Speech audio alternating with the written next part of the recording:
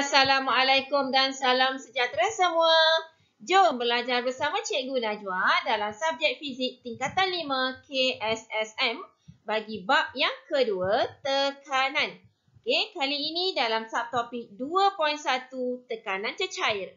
Ya, subtopik 2.1 tekanan cecair. Okey, standard pembelajaran untuk subtopik kali ini adalah murid dapat berkomunikasi tentang konsep tekanan cecair. Seterusnya, mengeksperimen untuk mengkaji faktor yang mempengaruhi tekanan cecair. Selanjutnya, murid dapat menyelesaikan masalah yang melibatkan tekanan cecair. Dan yang terakhir, murid dapat berkomunikasi tentang aplikasi tekanan cecair dalam kehidupan.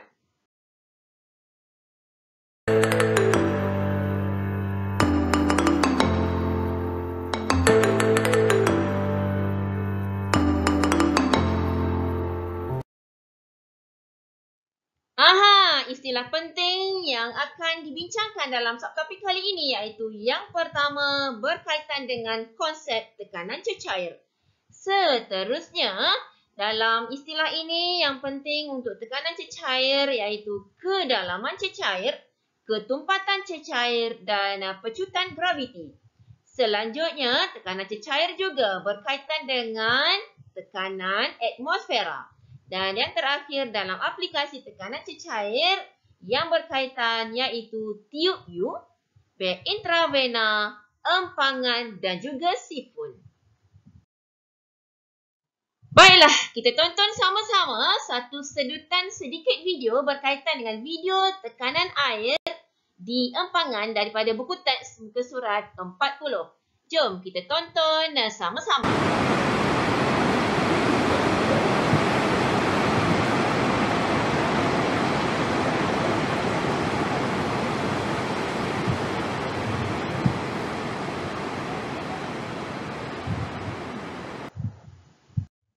Dari video yang ditonton, air dilepaskan dari sebuah empangan. Apa yang kita perhatikan, saluran keluar air empangan itu berada pada bahagian dasar empangan. Persoalannya di sini, mengapakah air itu boleh memancut keluar dengan kelajuan yang tinggi? Air yang dilepaskan dari sebuah empangan adalah antara contoh aplikasi yang menggunakan tekanan cecair. Pertamanya, jom kita lihat konsep tekanan cecair.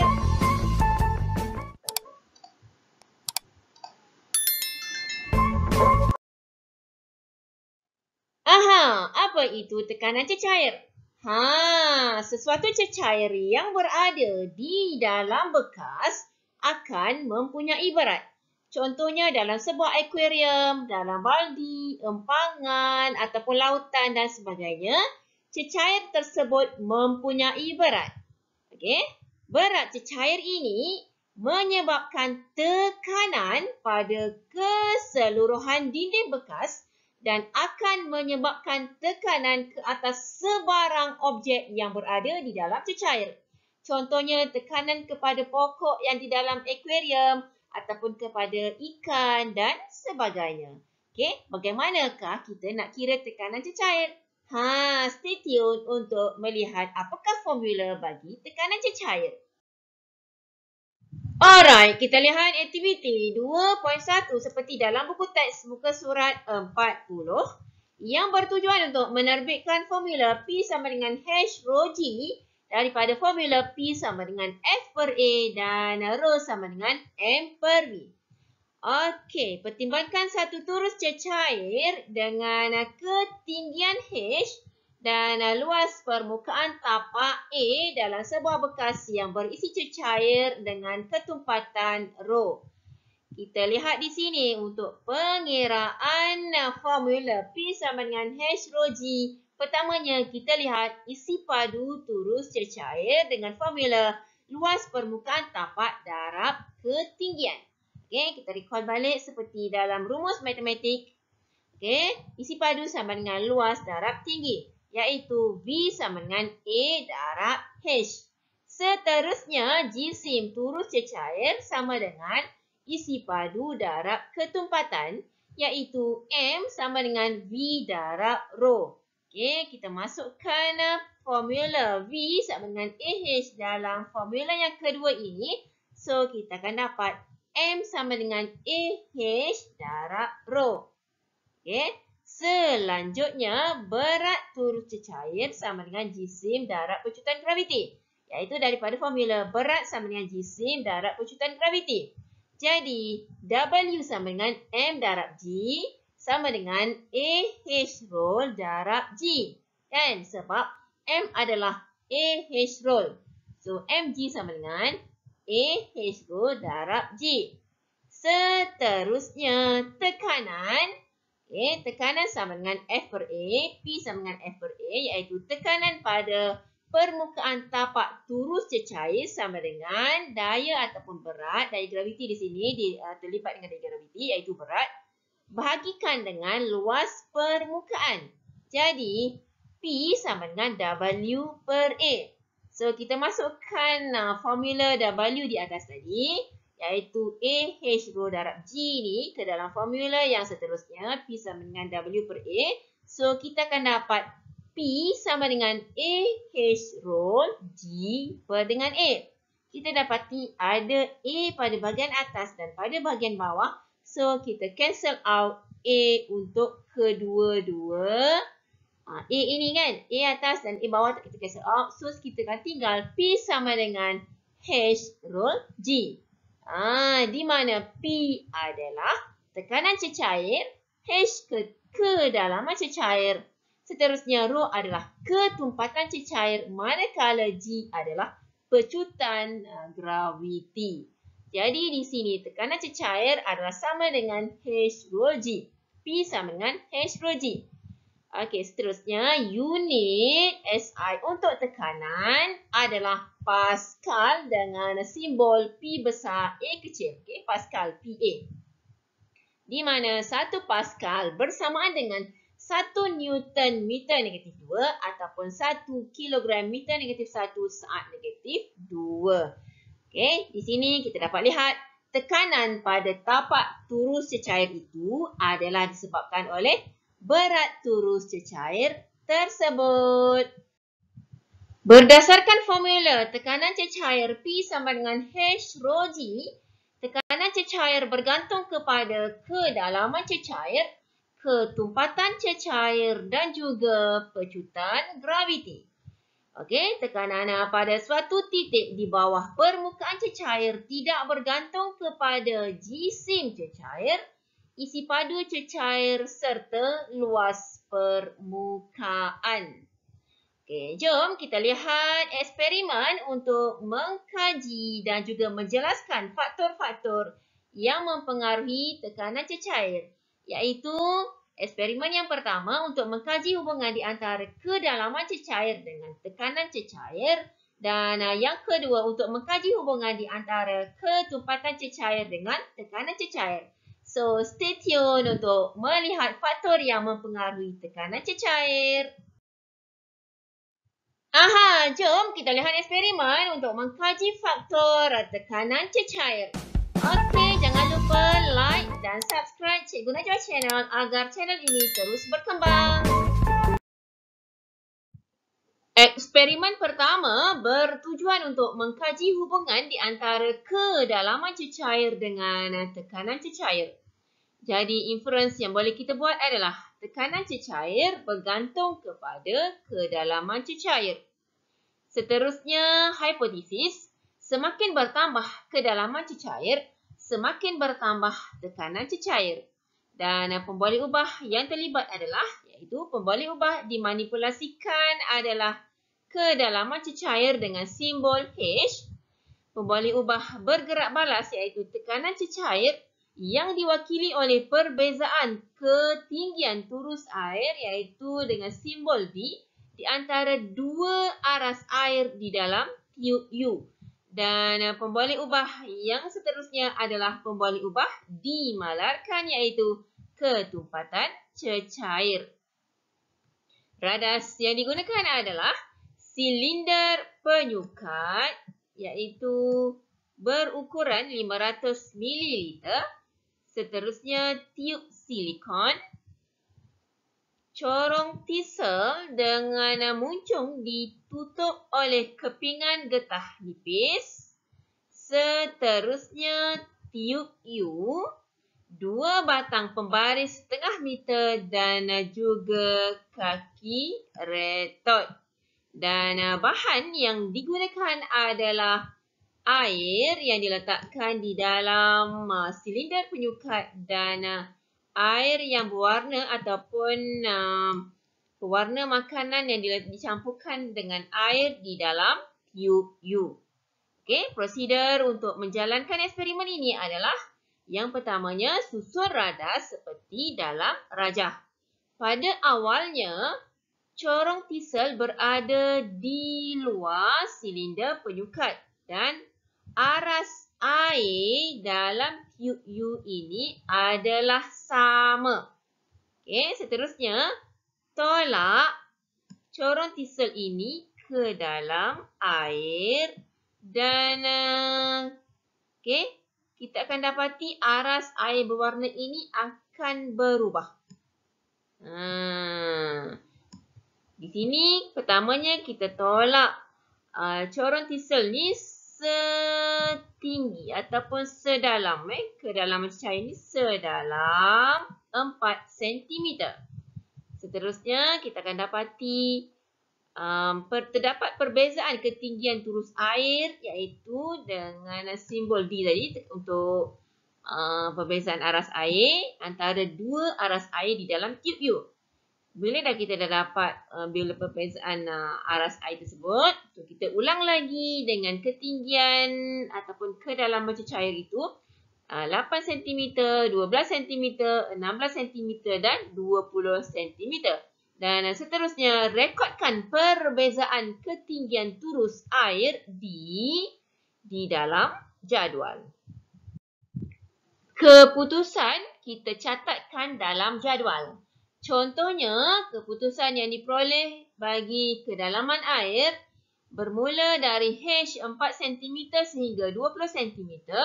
Kita catatkan ketinggian turus air D yang sepadan. Contohnya diperoleh daripada 3.2 cm sehingga 16.0 cm. Daripada jadual yang diperoleh ini, data yang diperoleh daripada jadual, kita analisis data dalam bentuk graf. Kita lukis graf D melawan H. Contohnya di sini kita dapat grafnya berasal dari titik asalan, bermula dari titik asalan dan berbentuk garis lurus ke atas. Jadi kita boleh buat kesimpulan bahawa D berkadar terus dengan H. Iaitu ketinggian turus air tadi berkadar terus dengan kedalaman air. Ini bermaksud bahawa tekanan air berkadar terus dengan kedalaman air. Seterusnya daripada eksperimen ini kita boleh bincangkan untuk prosedur eksperimen tadi, iaitu yang pertama, air di dalam tiub U diwarnakan dengan sedikit pewarna makanan supaya meniskus air dapat dilihat dengan jelas. Maksudnya aras air yang paling bahagian paling atas tu, kita boleh lihat dengan jelas untuk mencatat ketinggian turus air untuk bacaan D. Untuk perbezaan ketinggian turus air. Seterusnya, eksperimen ini boleh dilakukan dengan cecair lain seperti larutan gula, larutan garam ataupun minyak untuk mengkaji bagaimana tekanan berubah dengan cecair tersebut. Eksperimen yang kedua pula bertujuan untuk mengkaji hubungan di antara ketumpatan cecair dengan tekanan cecair.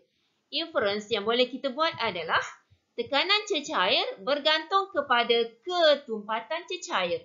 Seterusnya, hipotesis, semakin tinggi ketumpatan cecair, semakin tinggi tekanan cecair.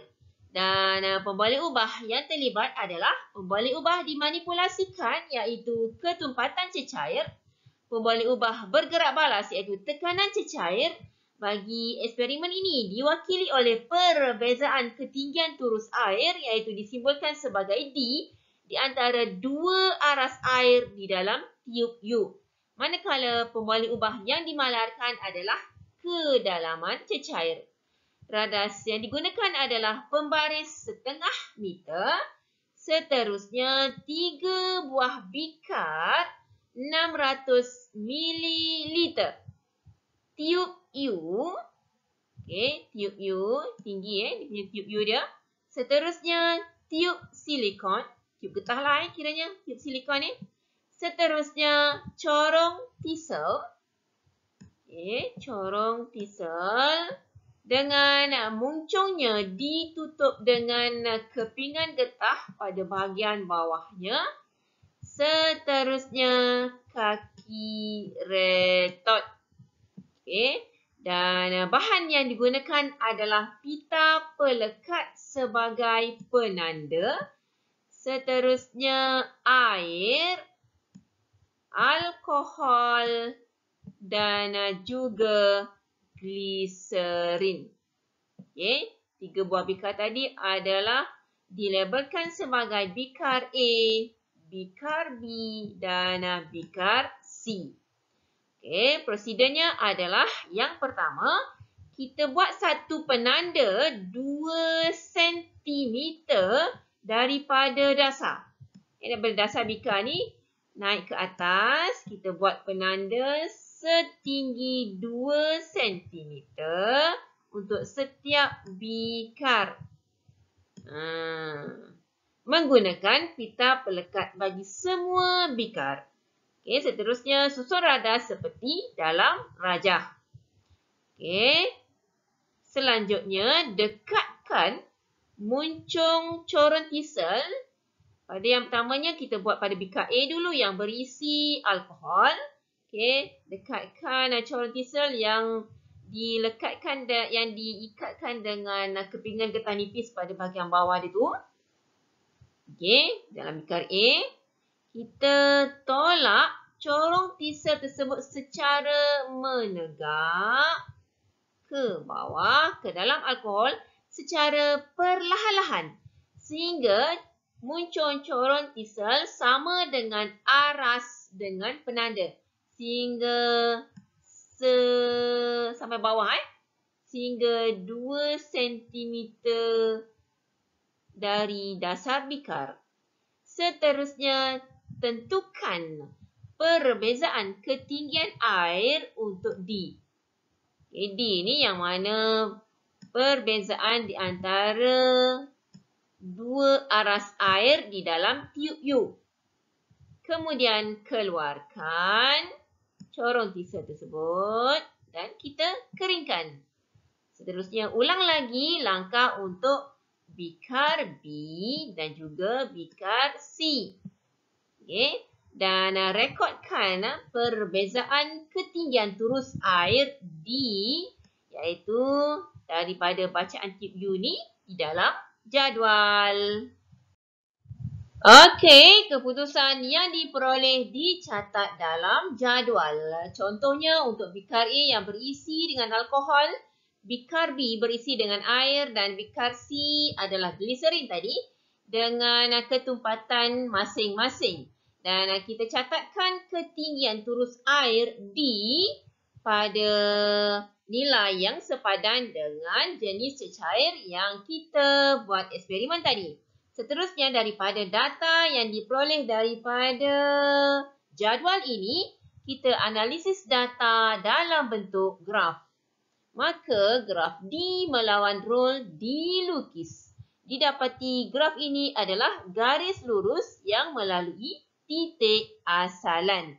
Jadi kesimpulan yang boleh kita buat adalah D berkadar terus dengan rho. Maksudnya ketinggian turus air tadi berkadar terus dengan ketumpatan cecair. Iaitu tekanan air berkadar terus dengan ketumpatan air. Ataupun tekanan cecair berkadar terus dengan ketumpatan cecair. Dan kita dapat buat perbincangan daripada eksperimen ini iaitu eksperimen dilakukan dengan alkohol dahulu. Yang pertamanya kita lakukan dengan eksperimen yang ada alkohol dulu. Kerana alkohol ni merupakan suatu cecair yang mudah menyejat. Dia menyejat dengan cepat. Jadi corong tisel boleh dibersihkan dengan mudahnya selepas eksperimen dengan alkohol.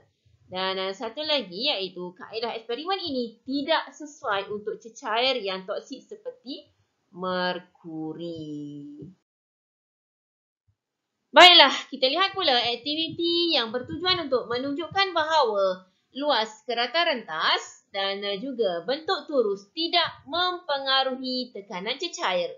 Radas yang digunakan adalah radas aras cecair dalam sebarang bentuk dengan bahan iaitu air dicampurkan dengan sedikit pewarna makanan. Cara untuk melakukan aktiviti ini adalah yang pertamanya, radas ini yang kosong kita letakkan di atas permukaan meja yang ufuk. Seterusnya, air yang berwarna tadi kita tuangkan ke dalam radas ini sehingga hampir penuh. Jadi bila kita tuangkan air dalam ni, air akan pergi ke semua bahagian dalam turus ini. Jadi kita isikan sehingga hampir penuh untuk setiap turus. Turus ni bersambunglah. Jadi seterusnya kita perhatikan ketinggian air di dalam setiap turus. Daripada aktiviti ini dapat kita bincangkan bahawa ketinggian aras air didapati ketinggiannya adalah sama. Ketinggian aras air dalam bentuk turus yang berbeza, ketinggiannya adalah sama. Ni sebenar-benarnya nak cakap ya. Ketinggian aras air adalah sama. Kita letakkan dalam bekas macam mana pun, kalau dia punya bekas dia bersambung, aras dia akan sama. Ini bermakna bahawa luas keratan turus dan juga bentuk turus tidak mempengaruhi tekanan cecair. Aras air adalah sama. Aktiviti seterusnya untuk menunjukkan bahawa tekanan cecair adalah sama di semua titik yang berada pada aras ataupun kedalaman yang sama. Contohnya, sebuah bekas yang kosong ditebukkan dengan 3 lubang. 3 lubang pada aras yang sama. Seterusnya, air dituangkan ke dalam bekas tadi. Dan kita perhatikan pancutan air yang keluar dari setiap lubang yang kita tebukkan tadi. Daripada aktiviti ini dapat kita bincangkan bahawa air yang memancut keluar daripada ketiga-tiga lubang pada sebuah bekas pada aras yang sama mempunyai jarak pancutan yang sama. Kita perhatikan iaitu maksud jarak pancutan ni adalah iaitu daripada bekas kepada air yang jatuh. Didapati mempunyai jarak pancutan yang sama bagi aras air yang sama. Ini bermakna tekanan dalam cecair pada satu titik bertindak pada semua arah. Semua arah di sini merujuk kepada apabila kita tebukkan lubang pada bahagian sebelah kanan, air juga keluar sebelah kanan. Begitu juga dengan yang sebelah kiri kan. Sebelah depan pun kan. Bila kita ada lubang macam ni kan. So dia akan keluar dari setiap lubang sebab tekanan cecair bertindak pada semua arah. Seterusnya, titik-titik pada aras yang sama mempunyai tekanan yang sama. Tekanan adalah sama bagi aras air yang sama. Aktiviti selanjutnya untuk membandingkan ketumpatan dua jenis cecair yang tidak bercampur. Okey, kita gunakan sebatang tiup U. Contoh yang pertama, diisikan dengan cecair X dan kemudian ditambahkan dengan cecair Y yang tidak bercampur dengan cecair X. Radas ini boleh digunakan untuk membandingkan ketumpatan dua jenis cecair yang tidak bercampur. Pertamanya, kita kira dulu tekanan cecair di titik A, di mana P1 sama dengan H1 rol 1 G, iaitu rol 1 adalah ketumpatan cecair X. Manakala tekanan cecair di titik B adalah P2 sama dengan H2 rol 2 G, iaitu rol 2 adalah ketumpatan cecair Y. Oleh sebab titik A dan titik B berada pada aras yang sama dan kedua-dua cecair itu adalah statik ataupun tidak mengalir, maka tekanan di titik A sama dengan tekanan di titik B, iaitu P1 sama dengan P2. Maka H1 rho 1 G sama dengan H2 rho 2 G. Okay, kita ringkaskan formula ini. Okay, kita potong G di sebelah kiri dan kanan. Kita cancel out. So, kita akan dapat H1 rho 1 sama dengan H2 rho 2. Okay, nilai H1 dan H2 boleh diukur dengan menggunakan pembaris. Jika ketumpatan cecair X ini kita ketahui, maka ketumpatan cecair Y rho 2 boleh dihitung ataupun sebaliknya. Okey, secara ringkasnya kita imbas kembali ciri-ciri tekanan cecair. Jom kita tonton sama-sama video ringkas ciri-ciri tekanan cecair. Hai, kita lihat ciri-ciri tekanan dalam cecair. Ciri yang pertama, tekanan cecair di satu titik pada kedalaman tertentu bagi sesuatu cecair pegun bertindak pada semua arah dengan magnitud yang sama. Ciri yang kedua, pada ketinggian yang sama, air akan dipancung keluar dengan laju yang sama dan melalui jarak yang sama jauh dari setiap lubang. Ciri yang ketiga, magnitud tekanan dalam cecair adalah sama pada aras cecair yang sama dan tidak bergantung pada bentuk atau saiz bekas yang mengandunginya. Ciri yang keempat, tekanan dalam cecair juga tidak bergantung pada luas permukaan. Ciri yang kelima, tekanan dalam cecair bergantung pada jarak menegak di bawah permukaan air. Ciri yang keenam, tekanan dalam sesuatu cecair semakin bertambah dengan kedalaman cecair. Dan ciri yang ketujuh, cecair yang lebih tumpat mempunyai tekanan yang lebih tinggi. Jom kita belajar tekanan cecair.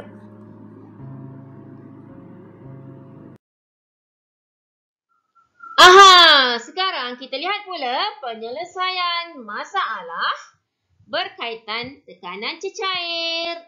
Jom kita lihat apakah contoh penyelesaiannya.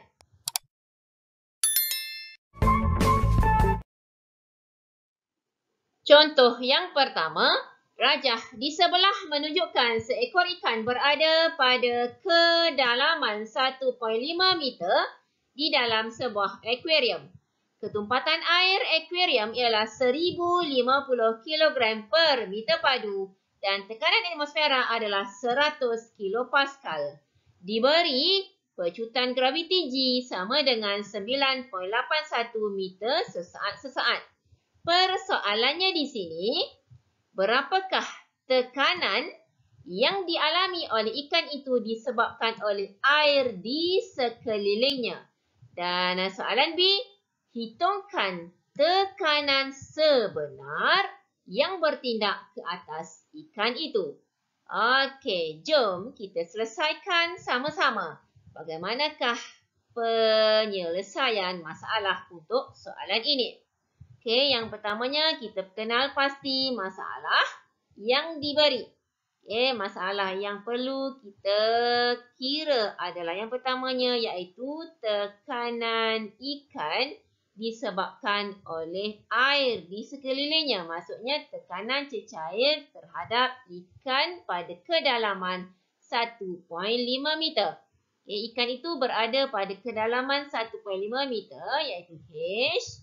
Ketumpatan air akuarium itu ialah 1050 kg per meter padu yang di rule. Seterusnya tekanan atmosfera 100 kilopascal. P atmosfera dan diberi kecutan graviti G 9.81 meter sesaat. Kita dah kenal pasti maklumat yang diberikan. Sekarang kita kenal pasti rumus yang boleh digunakan untuk soalan A. Soalan A untuk pengiraan tekanan disebabkan oleh cecair di sekelilingnya, iaitu tekanan dalam cecair. Bagi rumus, P sama dengan H rho G. Seperti yang telah kita bincangkan tadi. Sekarang kita gantikan nilai dalam formula ini. Iaitu sama dengan H yang diberi dalam soalan adalah 1.5. Darabkan dengan rho, ketumpatannya 1050. Darabkan dengan G 9.81.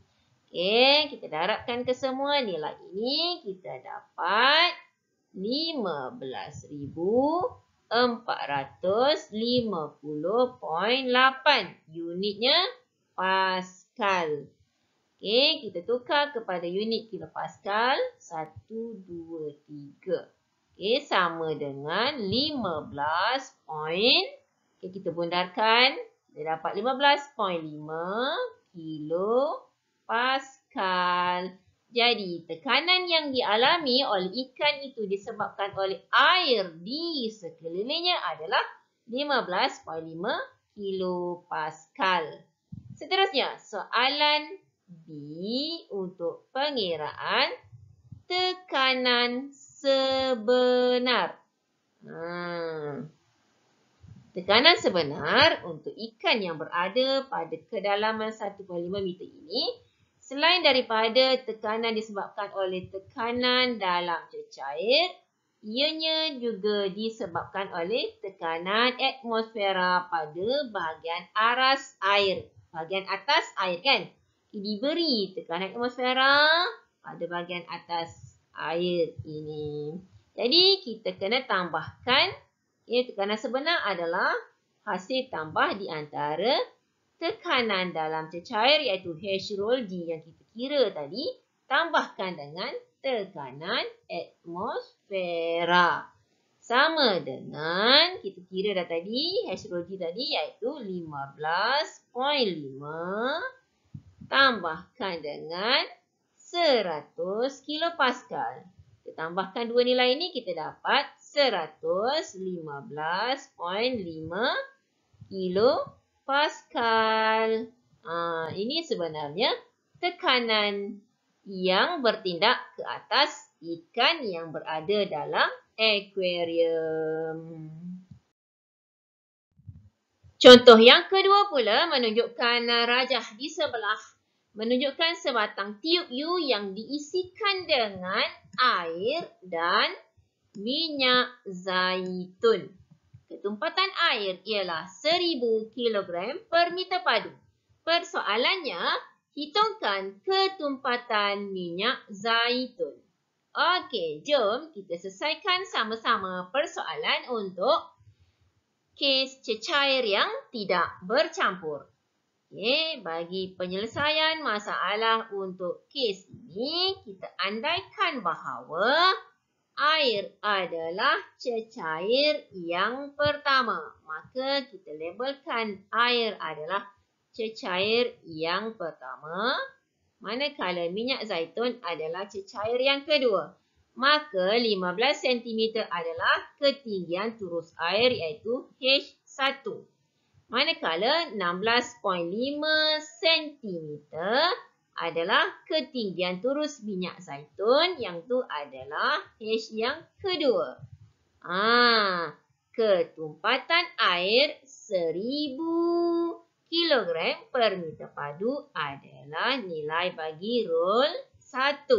Manakala berapakah rol yang kedua untuk ketumpatan minyak zaitun? Seperti yang telah kita bincangkan tadi, bagi kes cecair yang tidak bercampur, kita gunakan formula H1ρ1 sama dengan H2ρ2. So, kita gantikan nilai. H1 nilainya diberi 15.0. Darabkan dengan ρ1, 1000 sama dengan H2, 16.5 cm. Dan berapakah ρ2? Okey, kita selesaikan secara matematik. Kita akan dapati ρ2 sama dengan 15.0 darabkan dengan 1000 bahagikan dengan 16.5. So, selesaikan secara matematik. Kita akan dapat, tekan kalkulator hati-hati, ρ2 kita akan dapat 909.1 unitnya. Okey, untuk ketumpatan kilogram per meter padu. Okey, jadi ketumpatan minyak zaitun adalah 909.1 kilogram per meter padu. Kita lihat pula aplikasi tekanan cecair dalam kehidupan.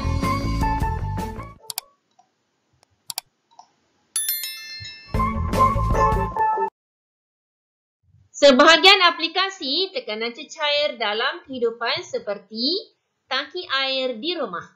Tangki air ini diletakkan di tempat yang tinggi. Seterusnya sifon.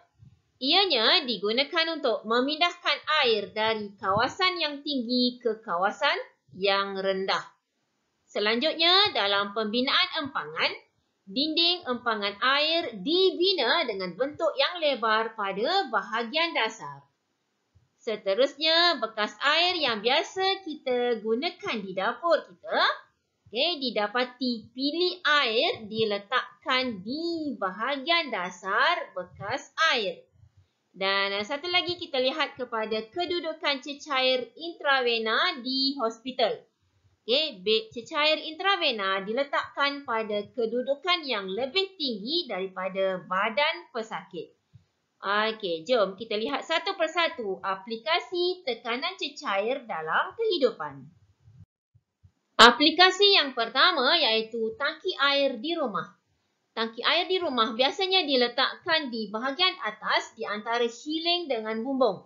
Tapi sekarang dah ada yang letakkan tangki air tu di luar rumah, di mana diletakkan tepi rumah lebih tinggi dari bumbung untuk mengelakkan kebocoran tangki air yang boleh menyebabkan kerosakan pada shilling. Perbezaan ketinggian aras air dengan pili air, contohnya pili air pada bahagian bawah ni, perbezaannya menghasilkan tekanan air yang tinggi pada pili air.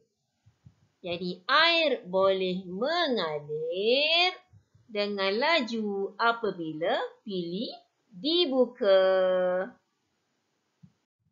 Aplikasi yang seterusnya iaitu kedudukan cecair intravena.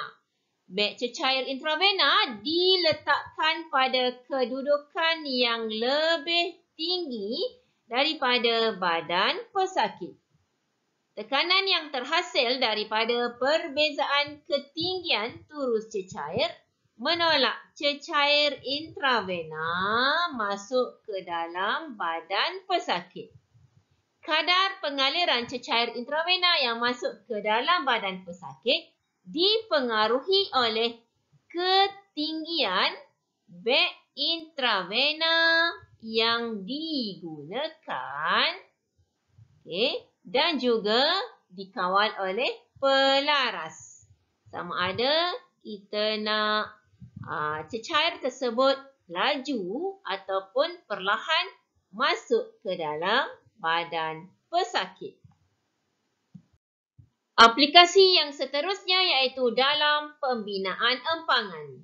Oleh sebab tekanan air bertambah apabila kedalaman bertambah, maka dinding empangan air dibina dengan bentuk yang lebar pada bahagian dasar empangan.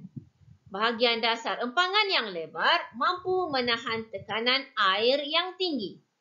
Empis air yang berada pada kedudukan yang rendah supaya tekanan air yang tinggi boleh menghasilkan aliran air yang deras untuk memutarkan turbin bagi penghasilan penjanaan tenaga air iaitu penjanaan hidroelektrik. Aplikasi terakhir iaitu penggunaan sifon. Sifon ni merupakan satu salur getah yang digunakan untuk memindahkan air dari satu kawasan yang tinggi ke kawasan yang rendah. Contohnya dari sebuah akuarium yang berada di tempat yang tinggi dipindahkan ke dalam baldi yang berada di tempat yang rendah. Okey, air daripada akuarium tersebut kita nak pindahkan ke dalam baldi yang berada di bahagian yang rendah. Okey, salur sifon ini yang pertamanya kita penuhkan dengan air terlebih dahulu. Jadi salur yang dipenuhi dengan air ni kita masukkan satu hujungnya ke dalam tangki air yang berada pada bahagian yang lebih rendah. Okey, pengaliran air keluar dari hujung D menghasilkan tekanan, kawasan tekanan rendah di titik B. Pada bahagian yang paling atas ni dia menghasilkan tekanan yang paling rendah. Okey, kerana tekanan atmosfera pada bahagian atas air di permukaan aras air akuarium tadi menolak air masuk ke dalam salur sifon pada hujung A, seterusnya pergi ke titik B, masuk ke titik C dan seterusnya ke D dan keluar dari titik D, masuk ke dalam baldi ataupun bekas yang berada di kawasan yang lebih rendah. Maka air dalam akuarium dapat dipindahkan keseluruhannya yang mana walaupun kita tak menggunakan tenaga elektrik ataupun memindahkan menggunakan tenaga manusia, tapi ianya menggunakan sifon berdasarkan kepada tekanan cecair dan tekanan atmosfera. Last but not least, jom kita lakukan aktiviti 2.3 yang bertujuan untuk menjalankan kajian untuk menentukan kadar pemindahan cecair yang paling tinggi menggunakan sifon. Sifon yang ringkas terdiri daripada sebatang tiup yang boleh dibengkokkan. Okey.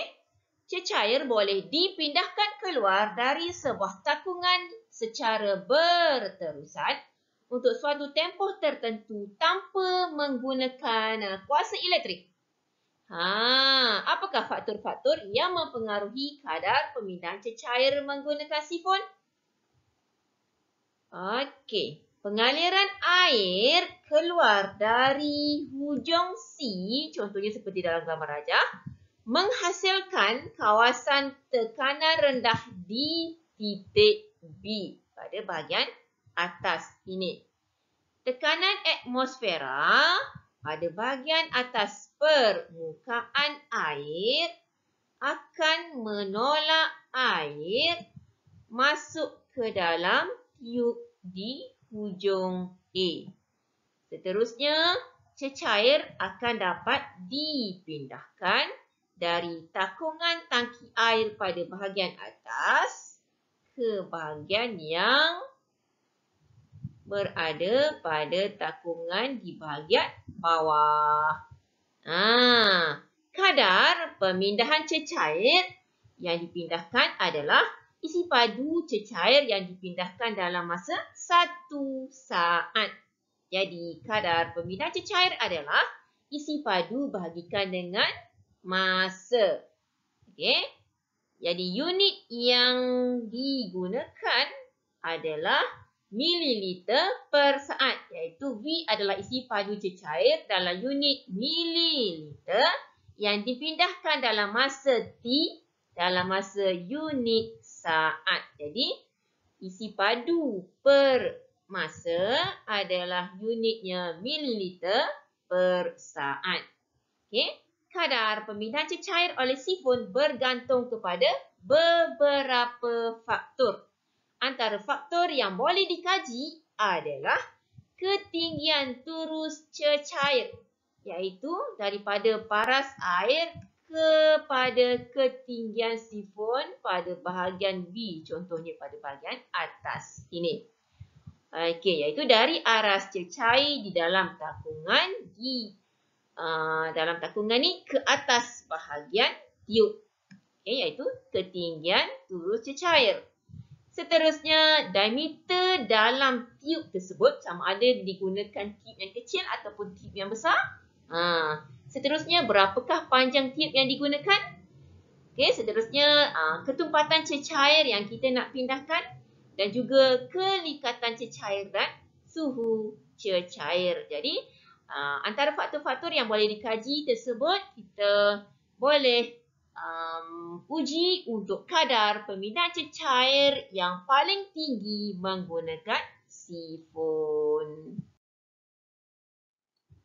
Kesimpulannya, rantaian konsep untuk subtopik 2.1 tekanan cecair adalah kita perlu ingat rumus bagi tekanan cecair, iaitu P sama dengan H rol G, di mana P adalah tekanan cecair, H adalah kedalaman cecair, rho adalah ketumpatan cecair, manakala G adalah pecutan graviti. Unit SI untuk tekanan cecair adalah unit Pascal dengan simbolnya adalah PA. Okay? P besar, A kecil. PA Pascal. Seterusnya, faktor yang mempengaruhi tekanan cecair adalah dua faktor yang penting, iaitu kedalaman cecair dan ketumpatan cecair. Manakala G adalah pecutan graviti. Last sekali, kita ingat aplikasi untuk tekanan cecair, iaitu dalam tangki air, cecair intravena, iaitu beg cecair intravena. Seterusnya, pembinaan empangan dan penggunaan sifon. Okey, yang terakhir, selesaikan misi, iaitu untuk menyelesaikan praktis formatif 2.1 seperti dalam buku teks muka surat 48. Okey, selesaikan soalan nombor 1, 2 dan 3. Okey, selesaikan semua ya. Okey, sampai setakat ini dulu untuk kali ini. Cikgu ucapkan terima kasih kepada semua kerana menonton video ini sehingga ke penghujung pengajaran. Cikgu ucapkan selamat maju jaya kepada semua agar berjaya dengan cemerlang dalam subjek fizik. Terima kasih sekali lagi kerana sudi like, komen, share dan juga subscribe Cikgu Najwa Channel. Okey, jangan lupa tekan loceng untuk mendapatkan notifikasi video-video yang terbaru. Semoga kita berjumpa lagi dalam video-video yang akan datang. Okey, bye-bye.